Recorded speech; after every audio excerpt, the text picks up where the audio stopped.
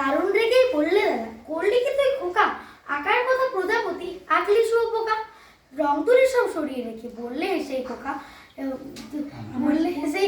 আমায় তুমি মিছেই দাদা ভাবছো নেহাত বোকা। লেখাপড়া কাজেই আমি দিই না মোটেও ফাঁকি, এখনো তো পুজোর ছুটি 27টা দিন বাকি। ততদিনে এটা কি আর থাকবে শুয়োপোকা? প্রজাপতি হবে হবে নয়তো আমি বোকা। নমস্কার।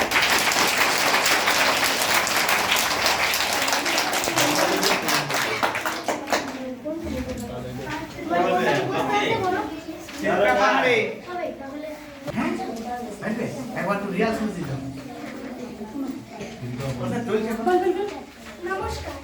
সব পাত্র সুকুমার রায়। শুনতে পেলুম পোস্তা গিয়ে তোমার নাকি মেয়ের বিয়ে। গঙ্গারামকে পাত্র পেলে জানতে চাও সে কেমন ছেলে?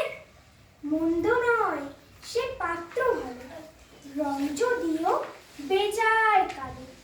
তার উপরে মুখের গঠন অনেকটা ঠিক পেঁচার মতো। বিদ্যে বের হয়ে থামলো শেষে, বিষয়াশয় গরিব বেচার। কষ্টে সৃষ্টে দিন চলে যায়, মানুষ তো নয় ভাইগুলো তার।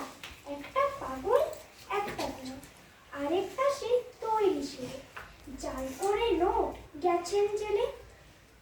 কনিষ্ঠ ঠিক তবলা বাজায়, যাত্রা দলে 5 টাকা পায়। গঙ্গারাম তো কেবল ভোগে পীরের জ্বর আর পাণ্ডুরোগে। কিন্তু তারা উচ্চ ঘর, কংস রাজের বংশধর। শ্যাম লাহিড়ী বনগ্রামে কি যেন হয় গঙ্গারামে।